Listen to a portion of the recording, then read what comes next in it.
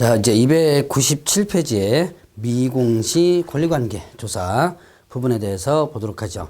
자, 미공시 권리관계는 일단은 여러분들이 가장 대표적으로 나오는 것이 법정지상권과 유치권인 거죠. 자, 여러분들 교재 제가 아마 저번 강의에서 법정지상권과 유치권은 간단하게만 설명하고 일단 집중적으로 설명할 것이 분묘기지권이라고 그랬죠. 자, 그래서 이런 그 법정지상권은 사실 지금 중개 실무에서 문제가 나온 것이 한 6문제 정도밖에 안 나왔어요. 지금까지. 그다음 유치권과 관련된 부분이 문제가 한 3문제 정도 나왔고요. 그렇기 때문에 그렇게 크게 자, 출제 빈도수에서는 그렇게 많이 높지는 않습니다. 그래서 여러분들 민법에서 배웠던 부분만 가지고 충분히 하면 될 수 있을 거예요. 자, 그래서 보죠. 일단 법정지상권은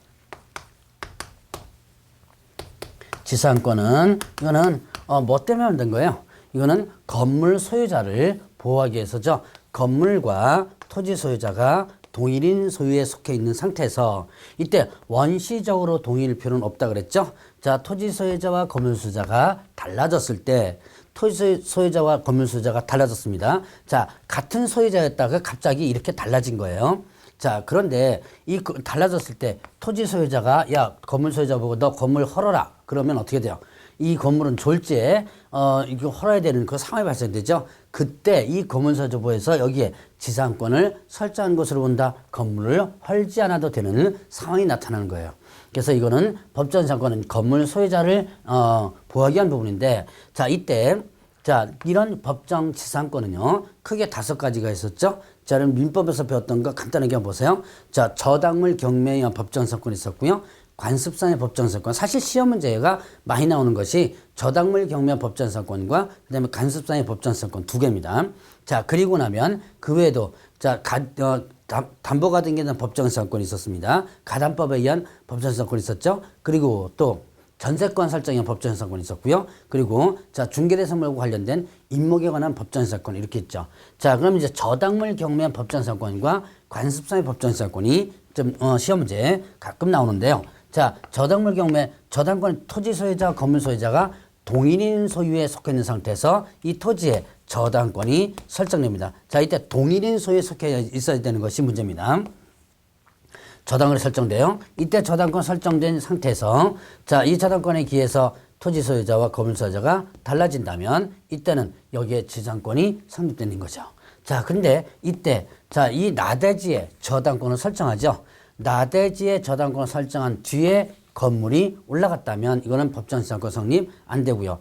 자, 나대지에 저당권이 설정된 상태에서 저당권자의 동의를 얻어서 자, 여기서 저당권자의 동의를 얻어서 만약에 건물 지었다 하더라도 법정지상권은 인정되지 않습니다. 자, 이런 부분들이 일단 있고요. 자, 그 다음에 또 관습상의 법정지상권이 있었죠.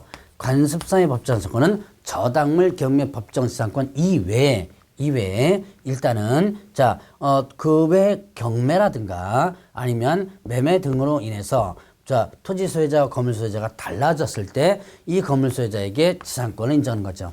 단 이때 관습상의 법정지상권은 이 건물을 철거한다는 조건이 없을 때고요. 또 하나는 자, 여기에는 이 매매라든가 이런 그 소유권 넘어가는 것이 자, 적법한 원인 행위에서 적법한 원인 행위에 의해서 토지 소유자와 건물 소유자가 달라졌을 때를 얘기합니다. 불법한 원인에서 달라졌을 때는 일단은 이 관습상의 법정지상권이 인정되지가 않아요. 예를 들어서 이런 거죠. 자, 이 토지를 A가 지금 B에게 뭐 했다? 명의신탁을 해놨습니다. 명의신탁을 해놨어요. 자, 그래서 A가 B에게 토지를 명의신탁 해놨습니다. 그럼 일단 등기부상 소유자는 누구예요? 자, 실권례자는 A지만 등기부 소유자는 B죠. 근데 B가 A에 허락을 받습니다. 자, 기왕 그 땅 매매를 한 거니까 여기다가 내가 집 한 채 아니면 뭐 건물 한 채 져가지고 쓸게 그런 거예요. 자, 그래서 B는 A의 허락을 받고 여기다 건물 졌습니다. 외형상으로는 자, 등기부상 소유죠.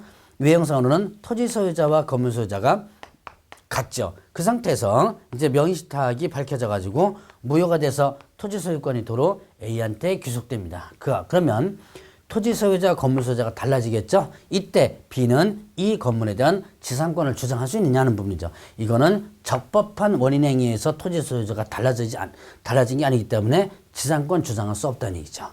자, 그래서 이런 법정의 사건은요. 자, 일단 저는 간단하게만 구분하고 넘어가지만 사실은 민법에서 열심히 배워줘야 되고요. 특히 경매 부분에서는 상당히 여러분들이 좀 조심해서 배워야 될 부분이기도 합니다. 자, 그러면 이제 유치권과 관련된 부분이 있었죠. 자, 유치권과 관련된 부분에서는 유치권은요.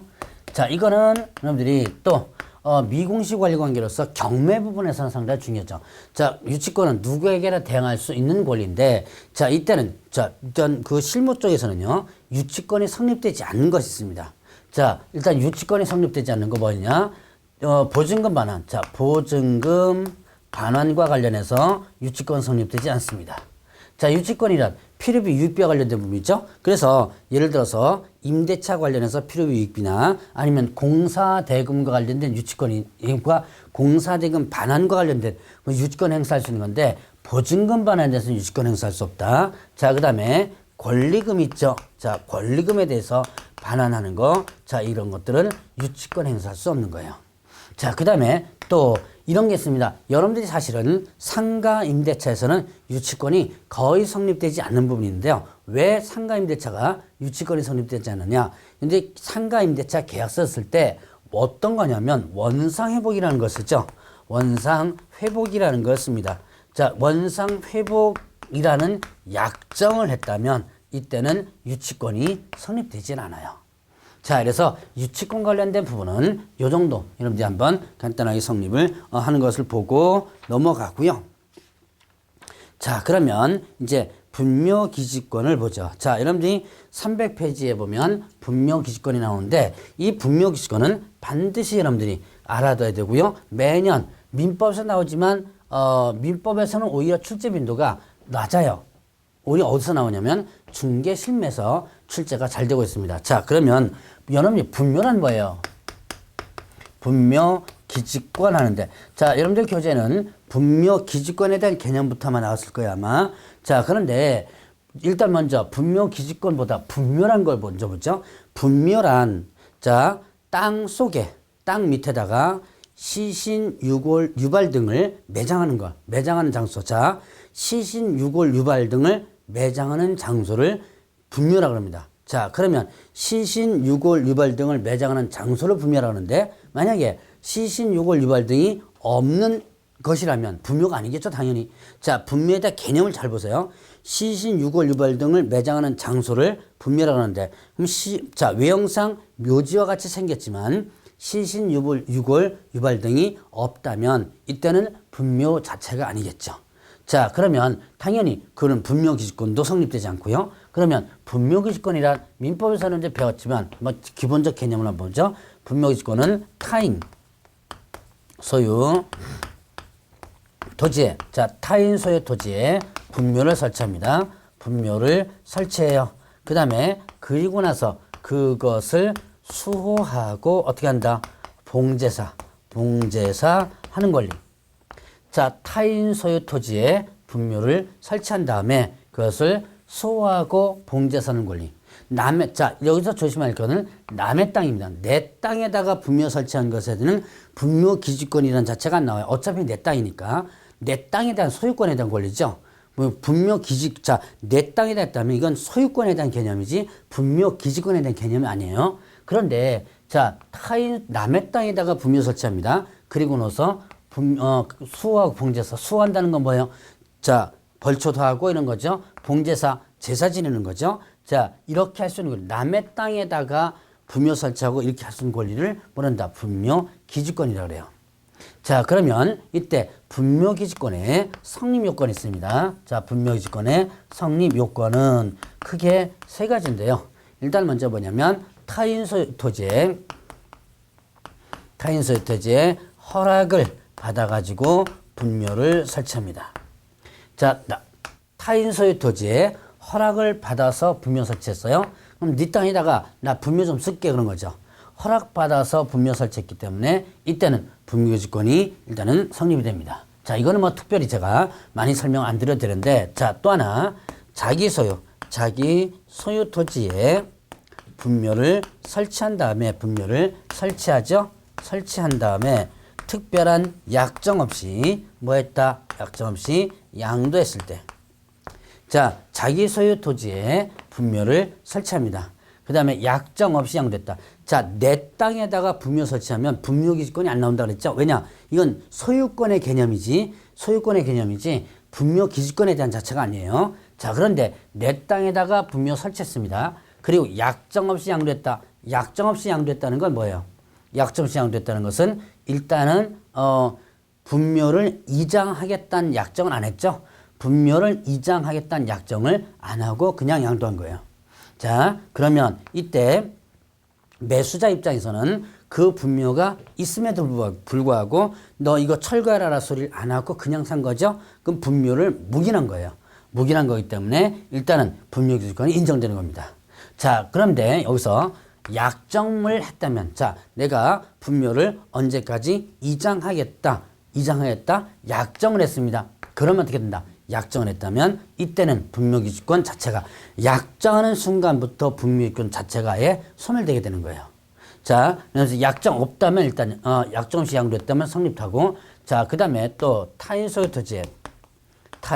토지에 분묘를 설치합니다. 자, 타인 소유 토지에 분묘 설치해요. 허락을 받지 않고, 자, 여기에 허락을 받지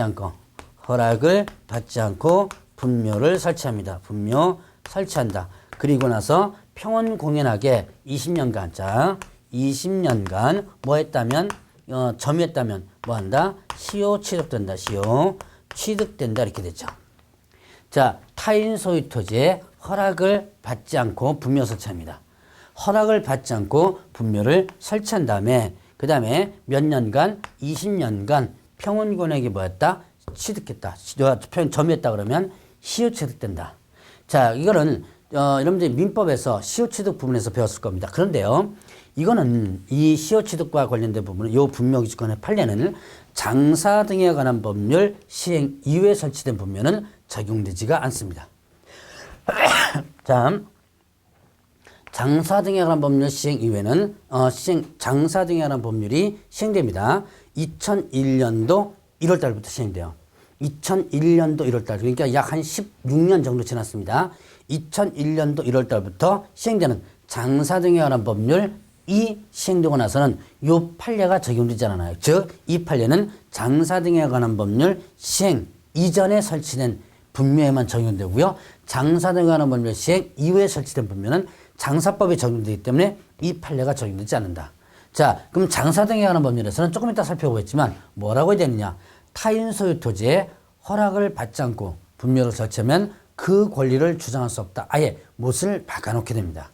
그래서 요거는 여러분들이 기본적으로 일단은 성립 요건에서 일단은 요거는 장사법 시행 이전 거만 적용된다라고 하는 것만 기억해 놓으시고요.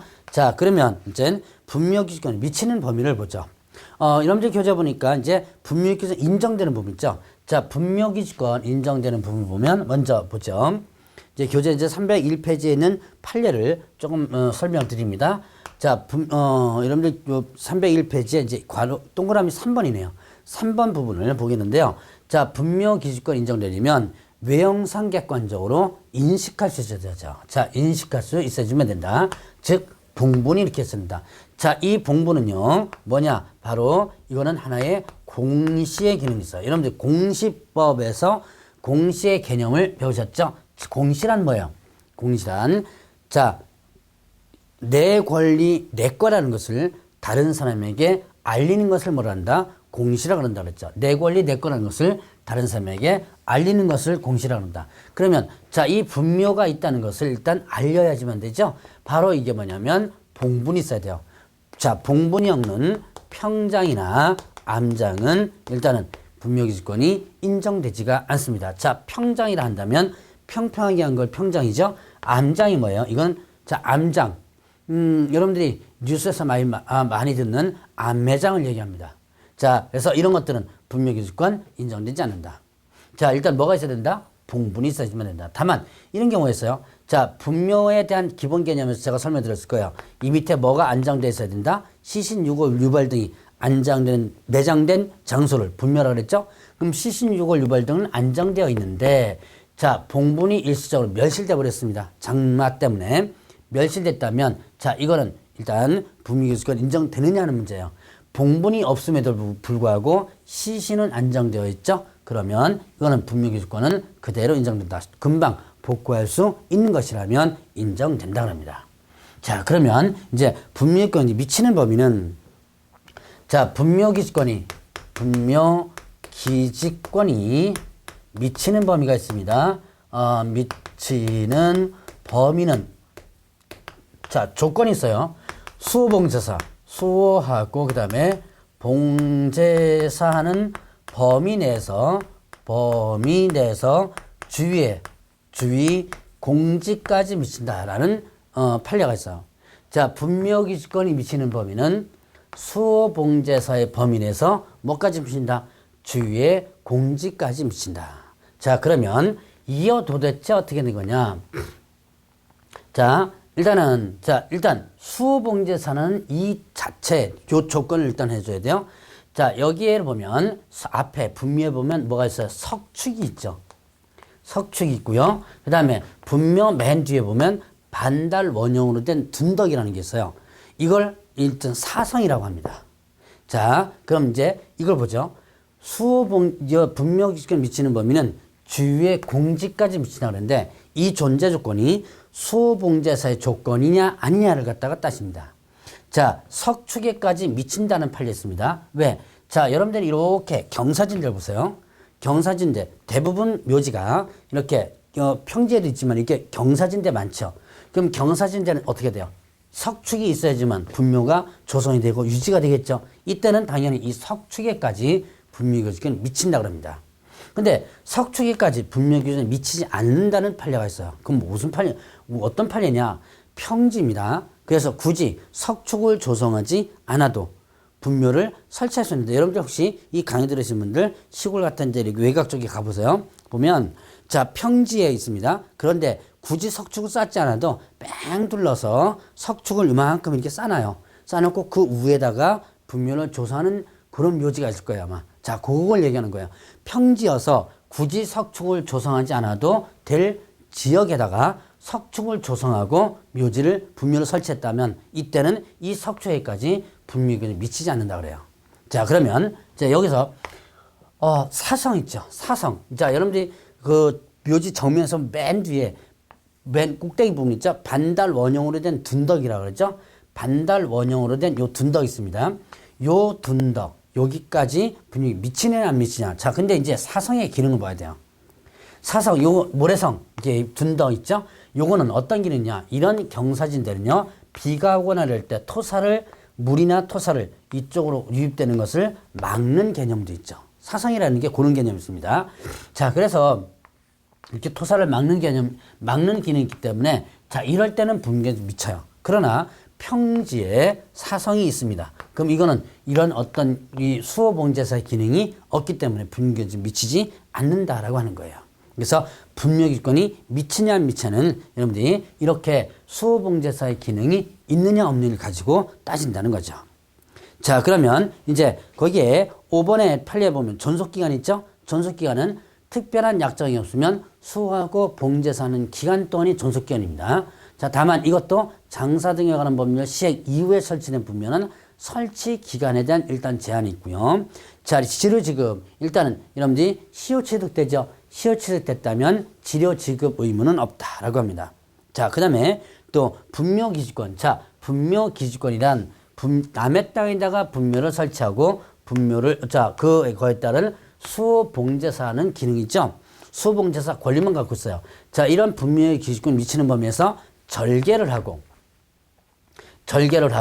여기다가 새로운 시신을 매장할 수 없습니다. 즉 분묘기지권이 미치는 범위에서 합장이나 아니면 또 합장을 위해서 쌍분이나 단분을 설치할 수 없다. 그러니까 분묘기지권을 미치는 범위에서 수호봉제사 기능만 있을 뿐이지 새로운 시신을 매장할 권한은 없다라는 부분이에요. 자, 그 다음에 또 일단 분묘기지권은 소유의 의사가 추정되지 않는다 그랬죠.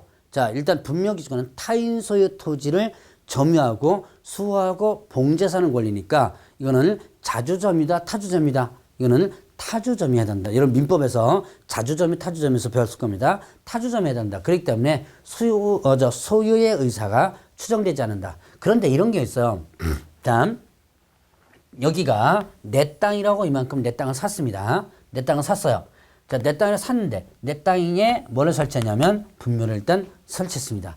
내 땅에 분묘 설치했으니까 분묘 기지권이 아닌 소유권의 개념이죠. 자, 그런데 이때 갑자기 요만큼이 남의 땅이라고 주장하는 거예요. 결국 어떻게 된다? 경계를 잘못 알고 산 거죠. 자, 경계를 잘못 알고 사버렸습니다. 자, 그러면 이때 요 분묘가 어떻게 됐냐? 이거는 자, 요거는 내 땅이라고 생각하는 상태에서 있기 때문에 이거는 타주점유가 아닌 자주점유에 해당된다라고 합니다. 이거는 요만큼 일단 요 분묘는 소유권을 내가 갖게 되는 거예요. 요 분묘에 대해서는. 그래서 이건 자주점유에 해당된다. 자, 그 다음에 또 이 종손과 분묘 기지권과 관련된 부분에서는 자, 뭐 분묘의 부속 시설인 비석이라든가 제구를 설치한 권한은 분묘 수호에 대한 관리권이 포함되어 있어서 자, 워칭 종손이 있다면 종손에게 주어진다. 자, 그래서 분묘의 수호봉제사의 기능은 누구한테 원칙적으로 있다? 수호봉제사 권한은 기능이라보다 권한이죠. 권한은 종손에게 있다. 종손에게 수호봉제사의 권한이 없으려면 특별한 사정이 있어야지면 돼라고 하는 부분이에요. 자, 그러면 이제 분묘기준 미치는 범위 내에서 자, 분묘기권이 미치는 범위 내에서 새로운 분묘는 설치할 수 없다 그랬죠. 그러나 여러 개의 분묘가 한꺼번에 있는 예를 들어 종종, 문종, 묘지라든가 이런 거 있죠. 거기에서는 여기에 있는 분묘를 이쪽으로 이장할 수 있더라라는 부분이에요. 자, 그래서 그렇게 여러분들이 일단은 구분해 보시고 자, 이 정도에서 분묘 기지권에 대한 개념을 한번 살펴봤습니다. 자, 그러면 여러분들 교재 304페이지 보니까 자, 장사 등에 관한 법률을 한번 보죠. 자, 장사 등에 관한 법률 부분에서 보면 일단은 먼저 자, 매장할 자. 자, 매장할 자는 매장을 합니다. 그럼 신고해 줘야 돼요. 자, 시장 등에게 특별시장, 자, 거기는 특별자치시장, 특별자치도지사, 시장구청장. 이게 시장 등이라고 그러죠. 특별자치시장, 그 다음에 특별자치도지사, 세종시와 제주도 얘기하죠. 그 다음에 또 시군구, 이걸 시장 등이라고 그러는데, 자, 시장 등에게 일단 신고를 해줘야지만 된다. 매장하면 며칠 내에 신고하라고 그랬어요. 자, 30일 이내에 신고하라고 그랬고요. 자, 화장하려고 할 때 일단 신고해줘야지만 됩니다. 화장하려고 할 때. 근데 여러분들이 화장하려고 할 때 신고하라고 그러는데요. 여러분들이 화장할 때 여러분 직접 신고 안 하죠? 대부분 다 이제 화장터에서 신고를 갖다가 대행하게 되죠. 자, 그러면 이제 거기에 묘지와 그 다음에 또 자연장지가 있는데요. 자, 그거를 면적을 한번 볼까요? 요 면적에 대해서 한번 살펴보도록 하겠습니다. 자, 묘지 면적이 있는데요. 묘지는 공설묘지와 그 다음에 사설묘지로 나눴어요. 자, 사설묘지는 다시 자, 법인묘지와 그 다음에 종중문중묘지, 그 다음에 또 가족묘지, 그리고 개인묘지 이렇게 나눠지는데요. 공설묘지는 이거는 뭐냐면 자, 시군에서 운영하는 묘지입니다. 시군에서 운영하는 묘지로서 자, 이거는 주로 이제 어디서 나오냐면 자, 뭐 마무리 공동묘지 이런 거죠. 자, 이제 사설묘지, 법인묘지는 묘지 공원과 관련되죠. 그래서 이거는 자, 면적이 10만 제곱미터 이상 조성해 줘야지만 되고요. 이거는 시장 등에 뭘 받는다? 허가를 받아야지만 됩니다. 자, 그 다음에 종중문중묘지가 있는데 이거는 얼마냐면 1,000 제곱미터 이하로 조성돼 줘야지만 되고요. 자, 이거는 뭘 받는다? 자, 마찬가지로 시장 등의 허가를 받는다. 자, 가족묘지가 있습니다. 가족묘지는 요거는 100 제곱미터 이하로 조성돼 줘야지만 되고요. 자, 이건 또 마찬가지로 시장 등의 허가 받아요. 자, 개인묘지는요 30 제곱미터 이하 초과해서는 안 된다 그럽니다. 이게 이하는 자 1130을 초과해서는 아니 된다 이렇게 되어 있습니다. 자, 이하고요. 자, 이거는 설치 후 30일 이내 30일 이내에 뭐 한다? 신고해줘야 돼요. 이때 여기서는 합장까지가 어떻게 된다? 포함되게 됩니다. 합장까지 포함되고요. 자, 가족, 그 다음에 종중, 법인, 공설묘지는 분묘가 여러 기가 있죠? 이때 분묘 1기당 점유면적이 있습니다. 1기당 점유면적은 얼마냐면 10제곱미터 이하예요. 자, 합장의 경우는요. 15. 합장은 15제곱미터 이하입니다. 자, 지금 이게 면적과 관련된 부분인데 시험 문제 또 요게 2번 나왔고요. 개묘지 문제가 벌써 한 대여섯 번 나왔습니다. 이런 묘지 면적과 관련된 부분 여러분들 기억을 또 해놔야 되고요. 또 하나 또 자연장이 있습니다. 자, 자연장. 자, 자연장이란 뭐냐면 이런 수목장이라고도 하죠. 자, 자연장 하면 하나의 수목장인데요. 이 자연장은 일단 화장을 합니다. 자, 일단 시신을 뭐 해가지고 화장한 다음에 그 골분이 나오죠. 골분을 나무 밑에 묻는 거예요. 이 나무 밑에 묻는 건데, 자, 나무를 이제 화단 같은 거 있죠? 나무나 뭐 꽃 이렇게 화단을 조성한 다음에 그 밑에 묻는데 30cm 이상의 구덩이를 판 다음에 용기 없이, 자, 용기에 담지 않고 묻는 것이 원칙이에요. 자, 그럼 결국 뭐가 되는 거예요? 거름이 되는 거죠. 자, 이렇게 하는 것이 뭐다? 자연장이다. 자연으로 돌려보내는 거죠. 자, 그래서 용기 없이 묻는 게 원칙이지만 나는 용기를 꼭 넣어야 된다. 용기에 넣어야 된다 그러면 이때는 썩을 수 있는 용기가 주면 됩니다. 자, 썩을 수 있는 용기. 자, 종이나 아니면 뭐 나무나 이렇게 해줘야지면 돼요. 자, 그 자연장을 하는 땅을 자연장지라고 합니다. 자연지. 자, 그러면 이 자연장지는 법인 자연장지가 있고요. 그 다음에 또 종교가 있습니다. 종교가 있고, 그 다음에 종중, 문중 자연장지가 있고, 그 다음에 가족 자연장지가 있고, 그 다음에 또 개인 자연장지가 있습니다. 여러분들 교재에 보면 305페이지에 자연장지 부분 나오죠? 거기 보니까 법인, 종교, 종중, 문중, 개인, 가족 이렇게 개인, 가족이 묶여져 있습니다. 근데 이게 또 개정됐어요. 개인하고 가족하고 분리를 시켰습니다. 그래서 가족, 개인 이런 식으로다가 분리시켰어요. 좀 개정됐으니까 그리고 개정된 거 잘 한번 보시기 바랍니다. 자, 법인은요. 법인은 5만 제곱미터 이상 조성해 줘야지만 되고요. 그 다음에 또 이거는 시장 등에 뭘 받는다? 허가를 받는다. 자, 그 다음에 종교자연장지는 이거는 4만 제곱미터 이하로 조성돼 줘야지만 되고요. 마찬가지로 시장 등에 허가받아요. 자, 그 다음에 종중문정은요. 요거는 2000 제곱미터 이하로 조성돼 줘야지만 되고, 자, 종중문중과 관련된 부분은 2000 이하고요. 이거는 사전 신고입니다. 그러니까 종중문중 자연장지를 설치하고자 할 때 신고해야 된다 이렇게 나와서. 자, 그 다음에 가족 자연장지는요. 100제곱미터 미만입니다. 100제곱미터 미만으로서 자, 요건 마찬가지로 사전 신고예요. 자, 그 다음에 개인 자연장지는 30제곱미터 미만입니다. 요거는 설치 후 30일 이내에 신고한다 이렇게 됐습니다. 자, 지금 여러분들 교재는 여기가 한꺼번에 묶여져 있죠? 요게 개정됐다는 거 그거 여러분들 주의하시고요. 자, 가족은 100 미만, 개인은 30 미만. 자, 그러면 이게 자연장지하고 묘지하고 숫자들이 조금씩 틀리죠? 그래서 그런 것들을 여러분들이 주의해서 보시기 바랍니다. 자, 그래서 법인은, 자, 보시죠. 여기서 보면, 묘지는, 법인은 10만 이상인데, 자, 여기 자연장지는 5만, 이렇게 되죠. 그렇게 되고요. 자, 그 다음에 종중문중은 1000 이하인데, 여기는 얼마? 2000 이하. 숫자가 조금 틀리죠. 그 비교되는 걸 여러분들이 잘 보셔야 돼요. 여기는 가족이 100 이하인데, 여기는 가족이 100 미만이죠. 이런 거 차이점. 개인은 여기는 30 이하인데 여기는 어떻게 된다? 30 미만. 이렇게 차이점이 있다는 것을 구분해서 기억을 해 놓으시기 바랍니다. 자, 그러면 이제 나머지 묘지 설치와 관련된 부분에 대해서 잠깐 보겠습니다. 자, 거기 보니까 묘지 설치 시 주의사항을 보죠. 자, 묘지 설치 주의사항으로서 분묘 일기와 관련된 부분 이미 나왔었죠. 자, 저면적은 10평방미터, 합장의 경우 15 초과해서는 안 된다 그랬고요. 자, 다른 법 의제가 있습니다. 시장 등이 가족 존중무지 설치 관리를 허가한 때는 산림자원의 조성 및 관리에 관한 법률의 규정에 의한 임목, 벌채허가, 신고가 있는 것으로 보게 되고요. 자, 그 다음에 또 묘지는 도로, 철도, 하천 그 예정지로부터는 300m. 자, 이때 가족 개인은요, 200입니다.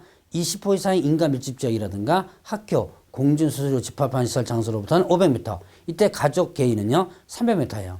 떨어진 곳에서 설치하라. 자, 요거 위반하면 1년 이하 징역 또는 1천원 벌금이에요. 자, 그 다음에 또 이제 뒤로 넘어가면 타인의 토지에 설치한 묘지에 개장하는 부분이 있습니다. 여기는 이거는 자연장 지도 포함돼요. 자, 그러면 예를 들어서 토지 소유자 승낙 없이 당의 토지에 설치한 분묘라든가 묘지 설치자 또는 연고자 승낙 없이 당의 묘지에 설치한 분묘. 자, 이렇게 했어요. 자, 그러면 보죠. 지금 토지 소유자 승낙 없이 분묘 설치했습니다. 묘지 설치자 승낙 없이 거기 묘지 설치했어요. 거기 보면 3번에 그 니은 부분 보세요. 이게 뭐냐면 묘지 설치자 또는 연고자 승낙 없이 묘지에 설치한 분묘. 그럼 남의 묘에다가 어떤 거예요? 남의 묘에다가 내 묘를 쓴 거죠. 자, 주로 이런 것들은 뭐 많이 명당자리에서 많이 나오는 부분들이죠. 자, 그렇기 때문에 자, 뭐 전설의 고향 뜻에서 많이 나오죠. 남의 묘를 갖다가 파내고 여기다가 묘를 쓴 거죠. 자, 그러면 이렇게 됐을 때는 타인 소유 토지에 허락 없이 분묘 설치했거나 아니면 또 거기에 따라서 또 허락 없이 남의 묘에다가 묘를 설치할 때는 그 유고를 개정할 수가 있습니다. 자, 거기에 대한 시체라든가 유고를 시장 등이 허가를 받아, 시군구죠. 시장 등이 허가를 받아 뭐 할 수 있다? 일단은 개정할 수 있습니다. 자, 그리고 이때 개정할 때는요, 3개월 이상의 기간을 정해서 그 뜻을 설치자라든가 연구자에게 통보를 하도록 하고 있고요. 만약에 알 수 없을 경우에는 그 뜻을 공고해 줘야 돼요. 그래서 공고하는 게 뭐냐면 분묘 개장 공고입니다. 이 공고를 해가지고 해줘야 되고요. 자, 이제 중요한 부분이 나와요.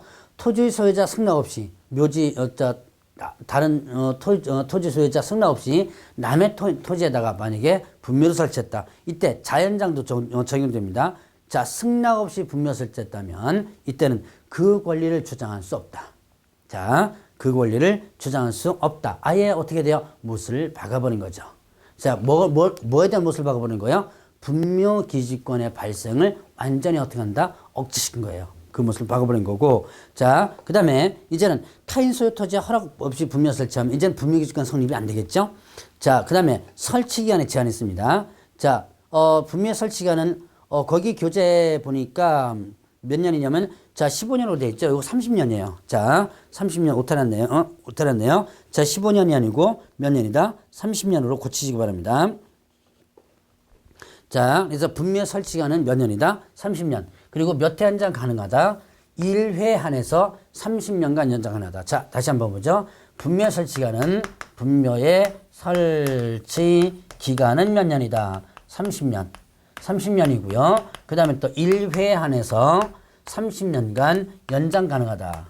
그러면 어떻게 된다? 최장 몇 년간? 60년간 설치할 수 있다.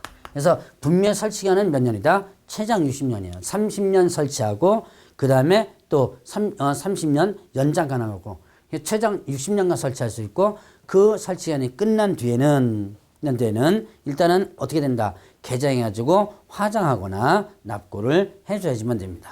자, 그래서 개장해서 화장하거나 납고를 하도록 하고 있고요.